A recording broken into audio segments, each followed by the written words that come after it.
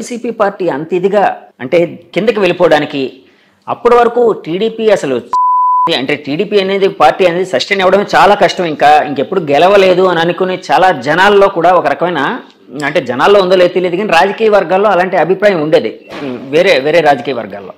So అలాంటిది ఇలా పుంజుకోవడానికి కారణం ఏంటి సార్? అంటే ఏ విధంగా మీరు విశ్లేషిస్తారా కారణాలని? అంటే ప్రధానంగా కూటమి బలం sir. First of all vote banking, ఆబ్వియస్గా కాంబినేషన్. అది ఎంత పర్సెంట్ కలిసింది, పోన్ ఎంత పర్సెంట్ పెరిగింది అనేది అది వేరే విషయం. ఎందుకంటే మనం ఫైనల్గా చెప్పిన పర్సంటేజ్ కూడా యాక్యురేట్గా వచ్చి ఓవరాల్గా 58%, 38% అని చెప్పాం. దానికి దరిదాపులు 1% అడిటికి వచ్చింది. అంటే టోటల్ రాష్ట్రం మీదగా ఒక పార్టీకి వస్తుంది కూడా. అంటే ఇండివిజువల్ నియోజకవర్గాన్ని కన్సాలిడేట్ చేసి వచ్చిన నెంబర్ అది. సో ఈ పర్సంటేజ్ ఎలా ఎంత యాక్యురసీగా చెప్పామంటే 1% దీంట్లో తగ్గుద్ది, రోడ్ల వల్ల తగ్గుద్ది, ఇంకో 1% లెక్కర్ వల్ల తగ్గుద్ది, ఇంకో 1% దీనివల్ల తగ్గుద్ది, ఇంకో 1% ఎంప్లాయీస్ వల్ల తగ్గుద్ది, ఇంకో 1% ఎంప్లాయీ కోసం ప్రిపేర్ అయ్యే వాళ్ళ కోసం జరుగుద్ది, ఇంకో 1% ఇక్కడ నుంచి చాలామంది ట్రావెల్ చేసి వాళ్ళు ప్రభావితం చేస్తారు, ఇంకో కొంత పర్సెంట్ 4 to 5% వీళ్ళతో యాడ్ అవుద్ది.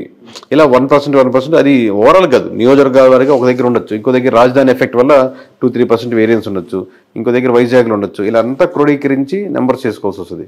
అదే డేటా సైన్స్లో అదొక అద్భుతం సార్. ఇక్కడి నుంచి అంతమంది జనాలు సంక్రాంతి పండుగకి యాక్చువల్గా హైదరాబాద్ చూడగానే సంక్రాంతికి బీభత్సంగా వెళ్తూ ఉంటారు ఇక్కడ ఉండే ఆంధ్ర వాళ్ళందరూ వాళ్ళ ప్రాంతాలకి. మళ్ళీ ఈ ఎలక్షన్ మే 13ని అలాంటి సంక్రాంతి కనిపించింది అంటే అంత ఆ విధంగా మైగ్రేట్ అయ్యారు జనాలు. సో అది ఒక ఇన్ఫ్లుయెన్స్ చేసింది అంటే ఈ స్టాటిస్టిక్స్ని వాటిని నెంబర్స్ని ఇన్ఫ్లుయెన్స్ చేయడానికి అది కూడా కారణం అని అనుకోవచ్చా సార్? వన్ ఆఫ్ ది అంటే ఒక ఆ బేస్ చేసుకొని ప్రతిసారి ఓటింగ్ పర్సంటేజ్ పెరిగితే ఎప్పుడు అపోజిషన్ పార్టీ గెలుస్తుందనో, ఓటింగ్ పర్సెంట్ పెరిగితే ఎప్పుడు సిట్టింగ్ పార్టీ గెలుస్తుందో అలా ఆ సీక్వెన్స్లో మనం చెప్పలేం. కానీ ఇక్కడ పెరిగినటువంటి ఓటింగ్ పర్సంటేజ్ మటుకు ఆబ్వియస్గా అపోజిషన్ పార్టీకి అడ్వాంటేజ్ అయింది. ప్లస్ అక్కడికి వెళ్ళి వాళ్ళు ఒక అవ్వాతాత వైఎస్ఆర్సీపీకి వెళ్ళనుకున్నా కానీ వీళ్ళు వెళ్ళి వాళ్ళు ఇన్ఫ్లుయెన్స్ చేసిన సందర్భాలు కూడా ఇంకో యాడెడ్ పర్సంటేజ్. సార్ ఇందాక కూటమి కలవడం ఒక ఓటింగ్ బలం దానివల్ల ప్లస్ అయిందని అన్నారు కదండి సార్. ఒకవేళ కూటమి అంటే టీడీపీ పార్టీ ఇండివిజువల్గా, జనసేన ఇండివిజువల్గా, బీజేపీ ఇండివిజువల్గా పోటీ చేసి ఉంటే యాక్చువల్ వైసీపీ గెలిచేది అది అందరూ అంటున్నమాట. అవునా అంటే సార్? Depends sir. అది అప్పుడు అంటే చాలా ఫ్యాక్టర్స్, ఇది హైపోథెటికల్ క్వశ్చన్ కాబట్టి అది ఫర్ సపోజ్ టీడీపీ ఇండివిజువల్గానే ఈసారి మనం ఎవరితో కలవము, మనం ఇండివిజువల్గా వెళ్దాం, ఈసారి ఎందుకు కొట్టడం చేస్తాం, రాష్ట్రం అన్యాయం అయిపోతుంది, ఏదో వాళ్ళు చెప్పాలనుకుని చెప్తారు కదా, అలాంటి ఫేజ్లో వెళ్ళి అలాగే జనసేన కూడా 175 నియోజకవర్గాలు మనం ఇది ఇండివిజువల్గా పోటీ చేద్దాం, ఇది ఈ క్యాండిడేట్ని నేను ముందుగానే ప్రకటిస్తున్నాను, పలానా రాము గారు ఇక్కడి నుంచి కంటెస్ట్ చేస్తారు, పలానా రవి గారు ఇక్కడి నుంచి కంటెస్ట్ చేస్తారు, లేదా పలానా 50-60 నియోజకవర్గాలే కన్సాలిడేట్ చేద్దాం, మనం మొత్తం వద్దు 50కి 50 కొడదాం అన్న ప్లాన్తో వెళ్తే వేరే రకంగా ఉంటుంది. లేదు 175 పోటీ చేస్తే ఒక రకంగా ఉంటుంది. లేదు లాస్ట్లో పొత్తుల దాకా వచ్చి పొత్తులు సరిగ్గా కుదరలేదు, నువ్వు ఇచ్చేది నేను ఇచ్చేది మాట అనుకుని విడిపోయారు, అప్పుడు వేరే రకంగా ఉంటుంది. ఇలా నెంబర్ ఆఫ్ ఫ్యాక్టర్స్ బట్టి చెప్పినాం. బట్ పొత్తు లేకపోతే మటుకు చాలా నియోజకవర్గాలు టఫ్ ఫైట్ ఇచ్చినది. ఇప్పుడు ఏ సినారియో ఏంటి అనేది ఒక్కొక్క దాంట్లో ఒక్కొక్క అడ్వాంటేజ్ ఉంటుంది. అవునండి సార్. యాక్చువల్గా పవన్ కళ్యాణ్ గారు అంటే చంద్రబాబు గారు జైలు ఉదంతం జరిగిన తర్వాత పవన్ గారు వెళ్ళి యునానిమస్గా వాళ్ళకి అక్కడ ఒక సపోర్ట్ ఇవ్వడం అనేది ఈ రాజకీయ చిత్రాన్ని మార్చడానికి మెయిన్ కారణం అని భావించచ్చా సార్? ఒక షెఫాలజిస్ట్గా భావిస్తారా? అంటే దాని ముందు జరగాల్సిన నష్టాలు జరుగున్నాయండి. ఇప్పుడు 1% అనేది ఇంతకుముందు యాడ్ అయినాయి. రోడ్లు ఆ రోజుతో బాగుపడలాగా, లేకపోతే ఆ రోజు నుంచి రోడ్లు బాగా లేకుండా లేవు కదా, రోడ్లు తీసుకుంది. లేదా ఎంప్లాయీస్ శాతం ఆల్రెడీ పవన్ కళ్యాణ్ కలిసినా కలవకపోయినా ఎంప్లాయీస్ అనేవాళ్ళు నెగిటివిటీ ఉన్నారు. ఇలా ఆల్రెడీ రెడీగా ఉంది. ఆ రెడీగా ఉన్నది కూటమిలో ఎవరికి వెళ్ళాలి, బీజేపీకి వెళ్ళాలా, టీడీపీకి వెళ్ళాలా, జనసేనకి వెళ్ళాలని ఆ తర్వాత మారింది. లేదు ముగ్గురు కూటమే కాబట్టి ఒక పార్టీకి వెళ్తున్నాయి. అసలు ఎవరి కేకే గారు ఎప్పటి నుంచి ఈ రంగంలోకి వచ్చారు? ఇలానే మీ పర్సనల్ లైఫ్ కోసం, మీ ప్రొఫెషనల్ లైఫ్ కోసం తెలుసుకోవాలని చాలా మందికి ఒక ఉత్సుకత అనేది అయితే ఉందండి ప్రపంచవ్యాప్తంగా.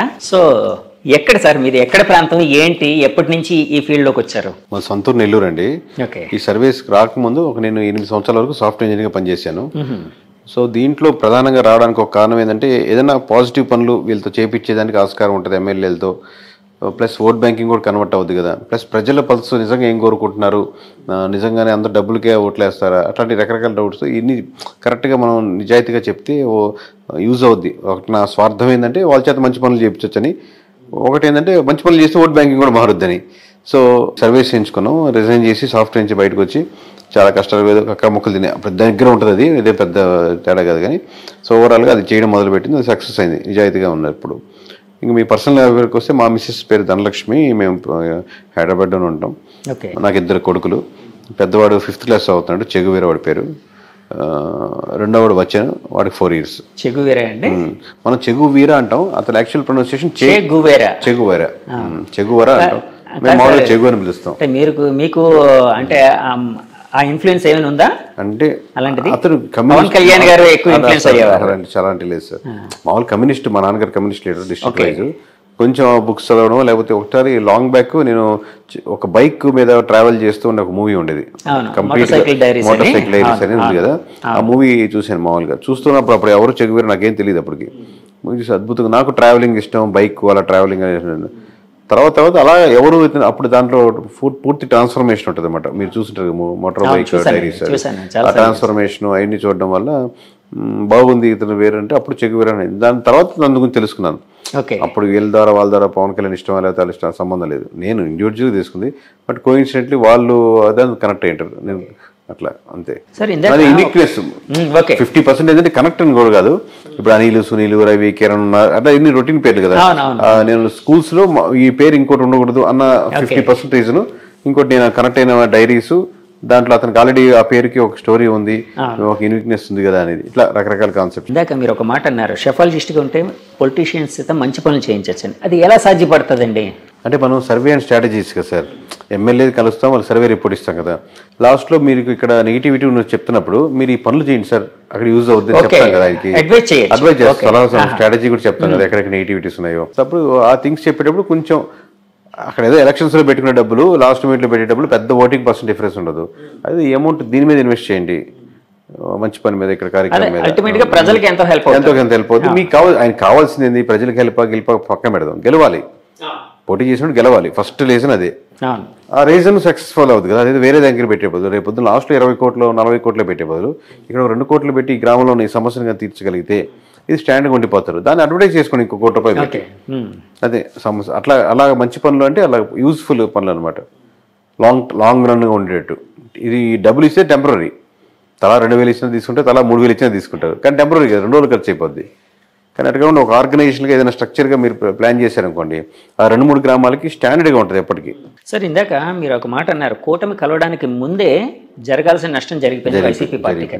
అంటే జరగాల్సిన నష్టం అంటే వాళ్ళు చాలాసార్లు చెప్పుకుని వచ్చారు, మేము లక్షల కోట్ల డబ్బులు జనానికి పంచుతూ ఉన్నాం, ఎలాంటి మధ్యవర్తి లేకుండా జనం అకౌంట్స్కి వెళ్ళేటట్టు, వాళ్ళకే లబ్ధిదారులకి డైరెక్ట్ గా చేరేటట్టు చేస్తున్నాం. సో అదంతా మాకు చాలా హెల్ప్ చేస్తుందని. సో నష్టం అన్నారు కదా సార్, ఆ నష్టం ఏంటి సార్? అంటే 3 రాజధానులు ఇలాంటివి ఏమైనా నష్టపరిచాయా వాళ్ళని? అంటే హెల్ప్ చేసిన ఆ మాట, వెల్ఫేర్ స్కీమ్స్ ఖచ్చితంగా పాజిటివ్ ఉంటుంది సార్, దాంట్లో డౌట్ లేదు. కాబట్టి ఎంత పాజిటివ్, ఒక 5% యాడ్ అవుద్ది అనుకోండి, అదొక్కటే సరిపోదు కదా గెలుపుకి. మీరు ఆల్రెడీ 25% ఎంత ఓట్ బ్యాంకింగ్ ఉందనుకోండి, ఇంకో 5% 30కి వస్తారు. కానీ మీరు 30 సరిపోదుగా ఇంకో 20% యాడ్ అవ్వాలి. లేదా మీకు లాస్ట్ టైం పడేటువంటి 50%లో ఇంకో 10-15 మంది వెళ్లకుండా ఆగాలి, అప్పుడు కానీ మీరు 30కి రారు. ఇప్పుడు మీరు వెళ్లకుండా ఆగాలంటే రోడ్లు బాగుండాలి.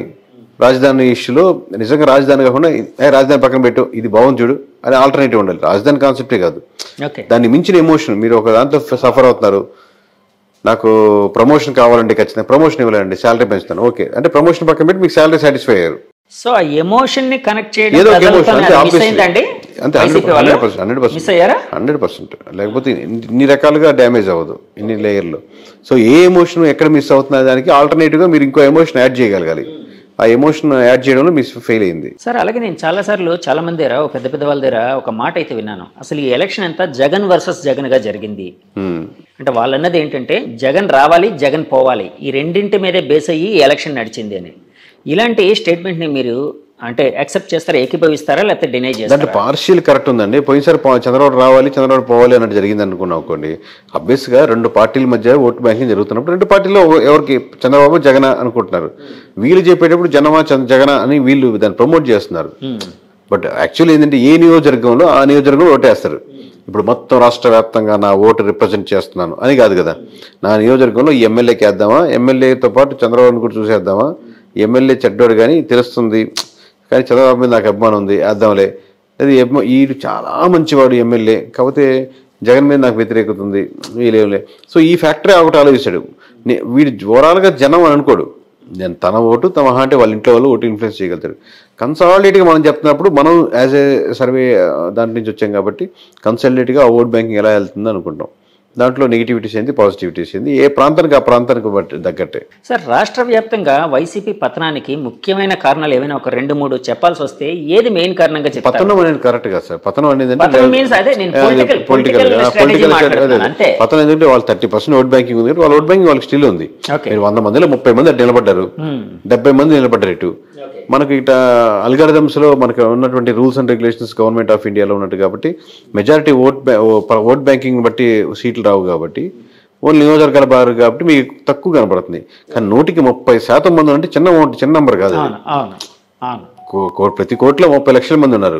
సో సీట్లు అంటే ఇప్పుడు ఇందా చెప్పినట్టు ఒక్కొక్కటి ఫ్యాక్టర్. ఇందా చెప్పినట్టు రోడ్డు కావచ్చు, అక్కడ స్కూల్స్ కావచ్చు, హాస్పిటల్స్ మంచి డెవలప్మెంట్ లేకపోవడం కావచ్చు, రకరకాల ఫ్యాక్టర్స్.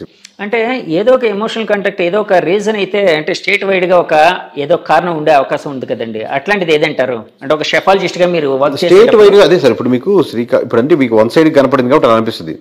ఇప్పుడు రాజధాని స్టేట్ వైడ్ జరిగిందంటే రాజధాని మీకు కృష్ణా గుంటలో ఉన్నట్టు మీకు శ్రీకాకుళంలో ఉండకపోవచ్చు, రాప్తాడులో ఉండకపోవచ్చు. రాప్తాడు ప్రజలు మనకు అమరావతిలో ఉండే రాప్తాడు ప్రజలు రాప్తాడు సమస్యల మీద వేస్తుంది. అలాగే స్టేట్ వైజ్ ఉన్న డెవలప్మెంట్ మీద కూడా చూసుకుంటూ ఉంటుంది. అలాగే కొంచెం ఎమ్మెల్యే మంచివాడైతే కొంచెం కన్సిడర్ అవుద్ది. అయితే 2-3 సార్లు ఓడిపోయినాడు, ఈసారి గెలవాలన్న సానుభూతి అవుద్ది. ఓవరాల్ జనరలైజ్ గా స్టేట్మెంట్ చెప్పలేము. కూటమి కట్టడం జనరలైజ్ గా స్టేట్మెంట్ చెప్పుకోవచ్చు. కూటమి రాష్ట్ర వ్యాప్తంగా అడ్వాంటేజ్ అయింది. అంటే నేను చాలా మంది మా ఛానల్ తరపున కొంతమంది పబ్లిక్ బైట్స్ తీసుకునేటప్పుడు చాలా మంది ఏమనేవారంటే, అంటే కూటమిని యాక్సెప్ట్ చేసే వాళ్ళందరూ వెల్ఫేర్ అనేది ఉంది కానీ డెవలప్మెంట్ లేదు, సో డెవలప్మెంట్ లేకపోవడమే మాకు చాలా ఇబ్బందికరంగా ఉందని ఎవరు. ఆ డెవలప్మెంట్ లేకపోవడం అనేది రాష్ట్ర వ్యాప్తంగా వైసీపీని ఓడించడానికి కారణమై ఉండొచ్చా సార్? డెవలప్మెంట్ మీరు కొన్ని విషయాల్లో చేసినప్పటికి కూడా ఆ నియోజకవర్గంలో వాళ్ళు they have to feel this development. నాకు మంచి స్కూల్స్గా మార్చారు. ఈరోజు నా పిల్లవాడిని మధ్య తరగతి నాకు 30,000 వస్తున్నాయి, నేను ప్రైవేట్ స్కూల్ కట్టి 20,000 కట్టి పంపించాల్సిన అవసరం లేదు. ఈరోజు మంచి జగనన్న స్కూల్స్ బాగున్నాయి, నేను దానికే పంపిస్తాను. అందరూ అలా ఊర్లో ఎక్కువ మంది వెళ్తున్నారు అనుకోండి, ఆబ్వియస్గా మీరు వాళ్ళకి అడ్వర్టైజ్ చేసుకోనక్కర్లే. అట్లాగా సో అదేం ఫ్యాక్టర్ కాదంటారు సార్? అంటే మారుతూ ఉంటుంది అంటారు డెవలప్మెంట్ అనేది,